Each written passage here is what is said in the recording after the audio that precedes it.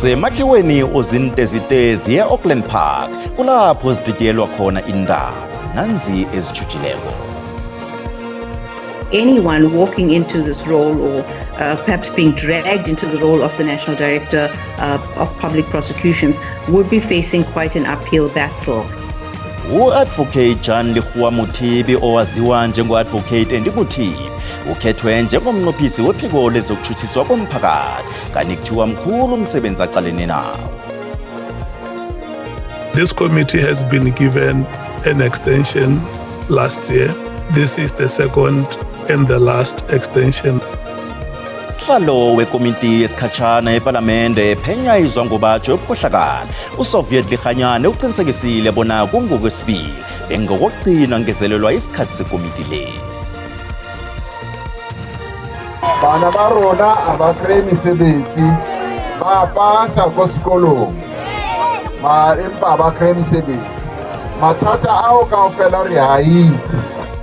Umengameli uCyril Ramaphosa uqalise inyawo ehlagwini Tjingalanga lapho ayokukhuluma nabantu ngaphambi komnyanya wamabeletho we-ANC kusasa.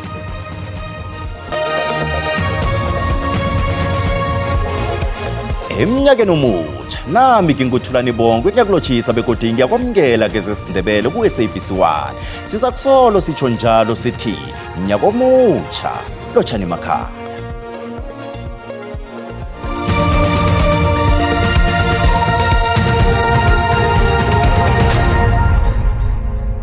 U-Advocate Jan Lehua Mothibi owaziwa njengo-Advocate Andy Mothibi ukhethwe njengomnqophisi wephiko lezokutshutshiswa komphakathi njengoba nayo i-NPA ngaphasi kwegandelelo kangaka lokuqalana nendaba yokutshutshiswa kwenkhulu eziphezulu ngokugolwa kwelawulo lombuso. Lokhu kulandela isimemezelo sikaMengameli uCyril Ramaphosa sokukhetha uMothibi njengomnqophisi wephiko lezokutshutshiswa komphakathi ozokuthoma umsebenzi ngelanga lokuthoma kuMhlolanja.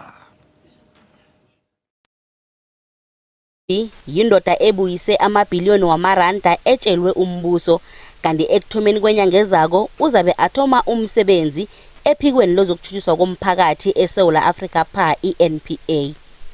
U-Advocate Mothibi omholi we-SIU sikhuluma nje uthethe umsebenzi wokwenza iphenyo elingeneleleko elitsheje ukuvikela imali zombuso ngokubekela ngeqadi amakontraka akhethwe ngokungemthetho ukubuyisa imali ezetshiweko kunye nokudlulisela amacala aphathelene nobelelesi ukuthi achuchiswe.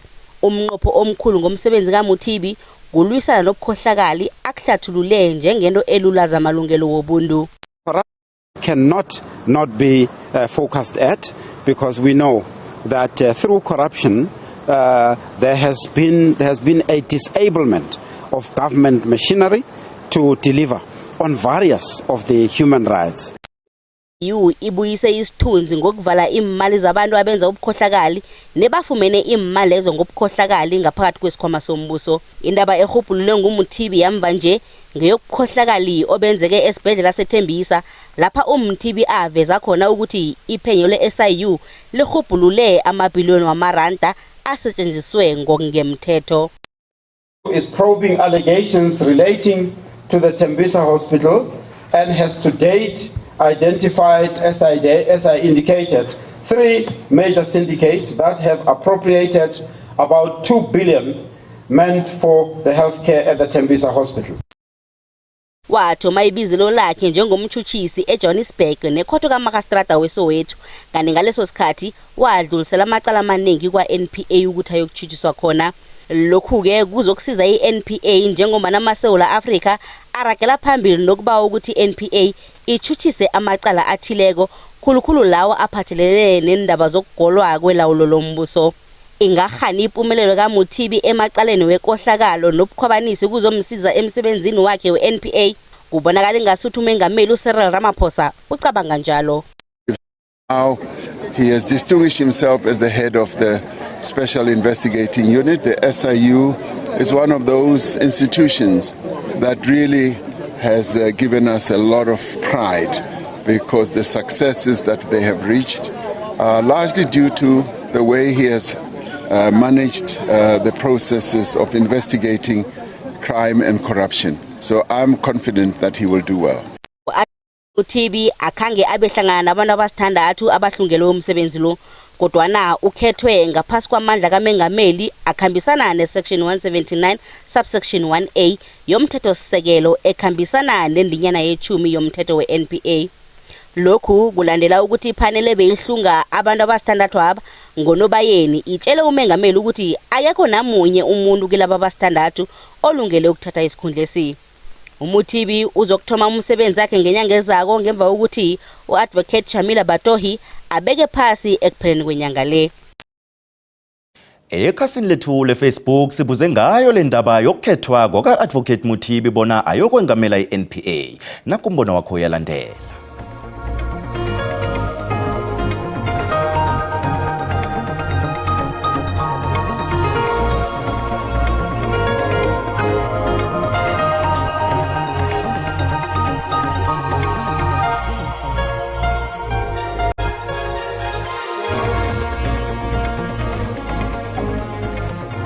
Abantu mabangakhali upresident ubone ngendlela akabone yiyo abantu aba badosele emuva ngoba bazi ukuthi bavela phambili inturi zabo zothuma uma bahlulekile phela umongameli vele kumele asikhethele masazi ukuthi lo Mthibi umkhetha uyamazi na lento yenza kuthina abantu bazana nje lapha masihambisa amasebe endaweni uhambe uqedibole imali zokugibela wenze yonke into uhamba ama-interview nakhona ngemali zokutsheleka gcine kuqhamuke nje umuntu ongazimbona ku-interview kuyena oqashwayo. Ukuba umphathisa odonyelwa umongameli uza kwenza umsebenzi omhle le ifuna sithi singabantu boMzantsi Afrika.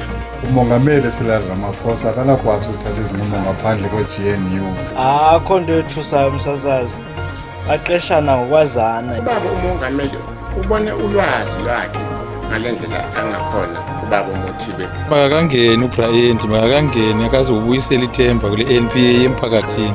Ukukhethwa kwakhe ngumongameli kusho kona ukuthi uthembekile. Umbono ngeumbukeli SABC izokuthwasa umlando wokuziphendulela kombono umbukeli. Udagenge phumelelo umhlangano wokuthoma wekomiti yesikhatshana yeParlamente ephenya izwangobatsho obukhohlakala ukucaphela kwenilelesi nepolitiki emazikweni wezomthetho.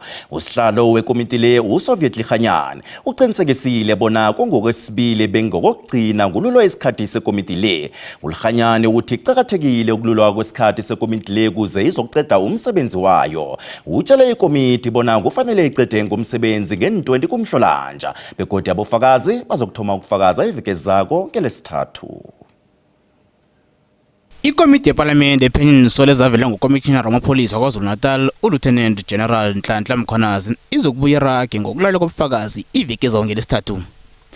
Hlangana nabofakazi abalindweko kubalwa uCommissioner wamapholisa walokya uKgomotso Phahlana, isikhulu samapholisa kwezobuhloli uDumsani Khumalo, isikhulu salokya se-IP uRobert McBride, umphenyi wesijameleko uPaul Sullivan hlangana nabanye.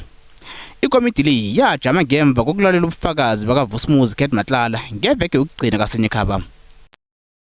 Been given an extension last year. This is the second and the last extension that will end on the 20th of February 2026. Amalungu ekomiti le arahisibawo sikaPaul Sullivan kunye nesaka Brown Mkhosi sokwathela ubufakazi ngethungelelwano napheze kokuthi labo babili balile ngevikeleko labo. Athi kuqakathekile bona ubufakazi bavele ngenyama bathi labo babili nange kufanele balandwe ngekani kuzokwenziwa njalo. Ikomiti ithi abofakazi kufanele baqalane nabothwinge emehlweni ngombani insolo lezi ziyathusa. I-ANC ilandele isikopilo lesintu lokuthi ngaphambi kokuthi iyokwethula amaprojekti wayo endaweni zamakhosi ithome ngokuthi iyokhulekela ntanzi izibike emakhosini. Lokhu kunjengombana ivakatshele eRustenburg etlagwini Tjingalanga. Umengameli we-ANC uCyril Ramaphosa uhlangene nenkosi uLorio Motlogeli wesitjhaba saBafokeng. Ivakatsho leli lilandela lenkosi yabarhatla barhagafela inkosi uNyalala Pilane ngomvulo. Umengameli uRamaphosa uthi bakhulumisene ngentshijilo abantu abaqalene nazo. Bhincela ilanga lokubelethwa kwehlangano ebusako. I-ANC ihlanganisa iminyaka eli-118 solo yasungulwako. Umnyanya wokugidinga ubambele esifundeni sePlatinum.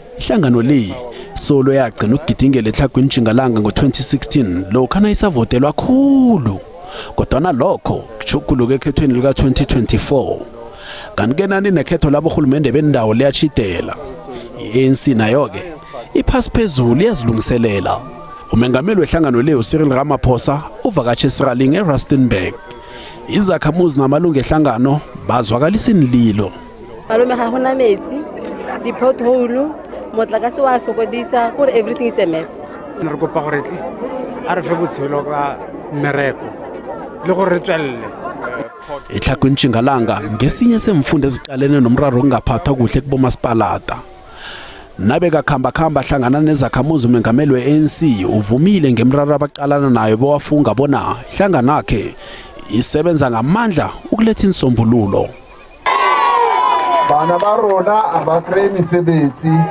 ba pasa ko sekolong empa abakre mesebetsi mathata ao kaofela re a itse re ntse re sebetsana le ona ophambili nenkosini yesitshaba sabafokeng wayokubuza amavuko inkosi uLeriwo Motlotlegi ababilaba bacocele ngentumbeni ngentshijilo eziqalene nabantu babo khathesi ihlagwini Ntshingalanga seyidlula iMpumalanga Kapa ngokuba sifunde sidosa phambili ngesibalo sabantu abangasebenziko elizweni eli. His family has played a key role in the struggle and continues to play a key role in the governance of our people here in this province. Ngelesine iANC yokusika ikhekhe leminyaka e114 solo yasungulwako. Moscow yithi icalene nehlekelele eNorth Atlantic lapha kuthethwe khona umkhumbi weRussia weoil onemveke ubekwe ilihlo iWashington kokuya kwembiko iAmerica yenza amariyadlana okweba umkhumbi weoil lo iRussia ethi ngewayo kuthiwa batsho umkhumbi lo uthindaniswa nemkhumbi esolwa ngokubalekela ukubhadela umthelo okuhwebelana ngeoil. Ngamazwe weRussia uthi ubeke ilihlo lobukhala umkhumbi weRussia weoil obambeke kwelinye ilizwe elwandle iNorth Atlantic. Umnyango lo uthi umkhumbi lo ukhamba lapha ngokomthetho wemanzini wamazwe ngamazwe. Kodwa nanyana kunjalo imphathimandla zeRussia zivulela amehlo indaba ezihlathulula ngokuthi kubhadeliswa intengo ephezulu khulu yomthelo ngaphandle kwesizathu yiAmerica namajoni weNATO. Umnyango lo uthi amajoni wamanzi weAmerica besolwa landelela umkhumbi weRussia malangana. Imphathimandla zigandelela ukuthi umkhumbi lo usakhamba amakhilometers inkulungwana kude negwini leAmerica ekwenza umuntu azibuze ukuthi kuhle kuba yini ulandelelwa kangaka. IMoscow igandelela ukuthi ukukhamba ngaphandle kokugadwa kwemikhumbi kumthetho oqhakathekileko wamazwe ngamazwe kanti ingezelele ngokuthi amazwe wamangisa ahlala agandelela ukulandelwa komthetho lo kufanele athome ngokulandela kwawona. Imphathimandla zeRussia zithi zilindele ukuthi bonke laba abathindekako benze okulungileko ukubalekela ukuthathwa kwamagadanga aqinileko ekuzokubanga ipi. Nasibuya entolo. Our aim until this particular week, before the school reopens, we want to cover more than 50,000 schools. Lamukelwe ngezandla ezifuthumeleko ijima lokukhavarela abafundi incwadi zabo zesikolo ngaphambi kokuthi zivulwe iveke zabo.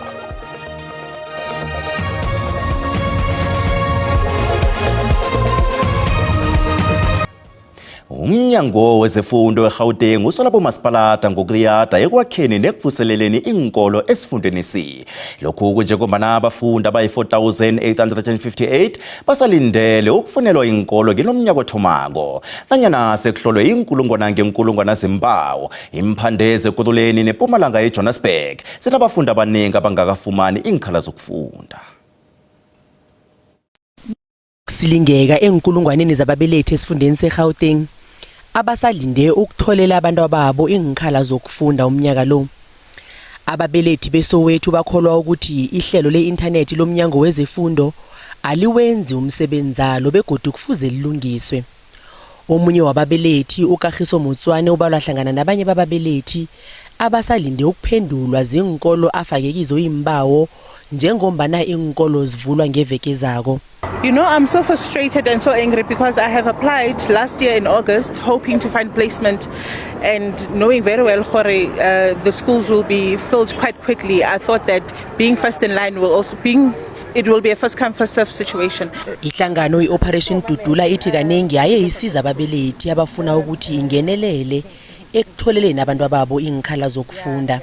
What we do basically is, for now, is that we collate the information. We take information from parents, the school names, the information, and as Operation Tutula, we go to the schools, we phone the schools. Unfortunately, right now, as it is Wednesday today, schools are still not open. Umnyango wezefundo eGauteng uvumile ukuthi inkolo zinentshijilo zokunikela abafundi inkhala zokufunda, kanti uthi bazokusebenzisa inkumba zokufundela ezibomakhamba ngendlwane nenkolo ezisebenza ngama-satellite ukuphungula igandelelo. We are going to place them in new schools, and for that to happen, you then have to start a consultative process where we bring those parents on board and request them to understand that where we're going to be placing them at the schools that we're currently building. Lethu ukuthi babekezele njengombana usalinga ukufumana inkhala kilabo abangakazifumani. Umphakathi weSoshanguve ehlakweni ePitori uhlangene wafelana nendlela yokusiza abafundi ukuthi balungiselele ukuvulwa kwenkolo ngeveke zako. Amavolontiya asiza ngokukhavarela abantwana incwadi zesikolo enkolweni ezihlanu endaweni le ekumsebenzi ocakatheke khulu enkolweni ezikabhadeli school fees. Njengoba nakujidele ukuvula kwenkolo, inhlangano zomphakathi zifaka isandla ukuphungulela ababelethi umthwalo abazoqalana nawo. Ihlangano yomphakathi Thusangwana Renu ebambisene neMayine Impumelelo zihlanganisa izandla zanikela abafundi bePhumzile Primary School ngesisetshenziswa zesikolo ngaphandle kokubafuna nopeni. This initiative a decade ago, we aim to each and every year cover close to more than 50,000 textbooks. So far, we are seated at 11,000, and our aim until this particular week. Inkolo zibuka amahlelo anjengaleli ukuthi abayisika eqinisa abafundi. Already come the 14th of January 2026, we will be opening our doors to our learners. Fundi bathi namaphutanga wabo azokufezeka lula ngencwadi ezitsha ezikhavariweko. A soccer player, a doctor. I wanna be a DJ. Soccer player, nurse. I wanna be an artist. I wanna be an artist. I'm modeling. You want to be? I'm modeling. School nayo sekulungela ukwamukela ukuthoma kokufunda nokufundisa nonyaka nje.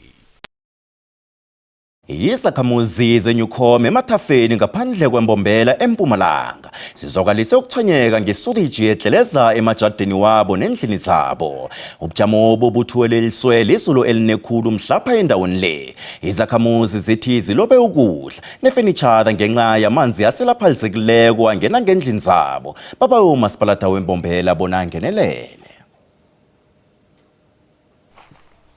Isuriji le benzele bona ilethe ukungcono emphakathini kunalokho ichi abantu balila nakunizulu ngokutsho kwezakhamuzi isuriji le yathi ingafakwa akhange ivalwe izulu nalinake yagcwala bese amanzi esuriji atlelezela ngendlini zabo manje asihlupha kakhulu nje sonke isikhathi sanekugcwala la endlini akusekwanyalo vele nalesuwa le ngendlela bayakhe ngayo ayinasivalo solo ene kudzala solo isikhuluma ngayo lamanti masacela alo aflow avele la endlini konke nasendlini angena namanje imvula yabuya futhi sasathi ukuthi izolala kuphi kubanjani.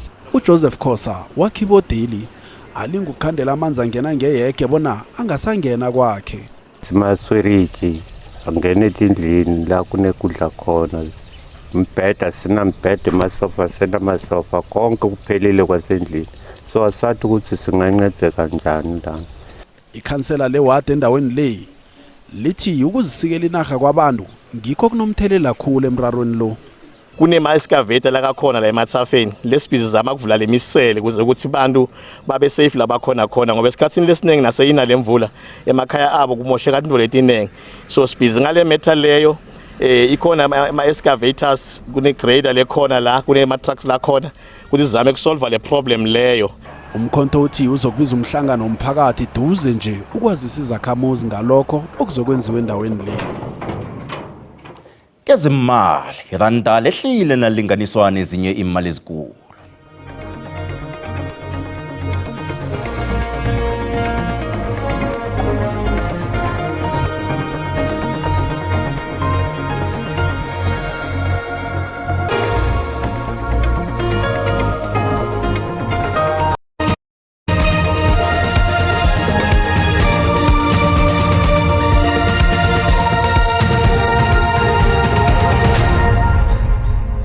Angikulochise mbukeli ngokuthoma eminyakeni omutsha.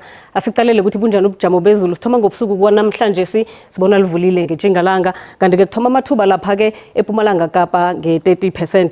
Nawuthi uyacala ngale ke ngeKZN kuthoma lapha amathuba athi ukwanda nge60% kanti ke kusasa nasithi siyacala sibona ke amathuba nge60% ehlele khulu nalapha ke endaweni zangale ke ngeKZN ngale ngeMpumalanga nakezinye indawo ezifana nalapha ke ePhulukwane. Sithole lapha ke isilemukiso esakutshejela sona. Sibona lapha ngokuhla kwanamhlanje silapho sibone khona amathuba wezulu nge60% kunesilemukiso semjijo edumakumba abantu abatsheje bayelele kanti kunomoya osuka eCape Town uza ngapha ngeGcebera ngeGwini nalapho ke yentsheje nilemuke kusasa ke kodwa imjijo edumakumbi kileza ndawo esikhulume ngazo kanti ke nemkhonakalo yomlilo wemango ngale bo Uppington eBloemfontein nakezinye indawo zangale ke ngeJingalanga Kapa siyakusuduka ukwazi ukubona ukuthi kanjani amazinga okuchisa sithome esifundeni sangapha ngeGauteng ngiyachisa ePitori nge31 lapha eBrankospruit nge20 Johannesburg ibuya nganeno ifuthumele nge29 siyocala lapha ke iLimpopo ukuthi yona injani kufuthumele lapha eThohoyandou nalapha eZanini ngezinye indawo eziningi kuyachisa iMusina nge32 eMpumalanga sibona lapha ke eMbombela kufuthumele kuboMiddelburg eMalahleni nalapha endaweni zeSekhunda sikhukhuza ke esichisako nge32 ngapha kubomhlanga kufuthumele KwaZulu Natal sibona lapha ke ichisa khulu endaweni eziningi khulukhulu lapha eMnambithi nge36 lapha eFreiheit khona ke ngcono nge29 nangeDurban nge28 siyocala lapha ePumalanga Kapa ibonakala ichisa endaweni eziningi lapha ke eKomani nge35 enxuba nge36 asiyocala ukuthi kunjani ke ngale ngeJingalanga Kapa sibona lapha ke eKapa lodumo nge26 kufuthumele Mosel Bay yachisa nge30 nalapha eBeaufort West kuyachisa nakuboClan Williams siyocala ukuthi kunjani esifundeni sangale ngeNorthern Cape siyabona ke ukuthi kuyachisa endaweni eziningi yentsheje niyelele ngaphondle ngoba sibonile ukuthi kunekhonakala umlilo wamahlathi sara lento na ke buya nganeno nge28 siyalapha ke esifundeni sangale ngeFreystata sibonakala ke naso sichisa endaweni eziningi iBethlehem neFixburg zibuya nganeno kufuthumele nge29 ngokugcina siyalapha ke esifundeni sange Northwest ukuthi khona ngakunjani na nakhona ke endaweni eziningi kuyachisa abantu ke batsheje bayelele nezulu likhona sikubonana kodwa ngesikhathi silandelako dido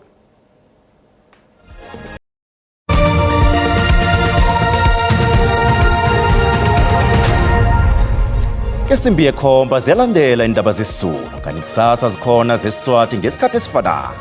Ukho bongile.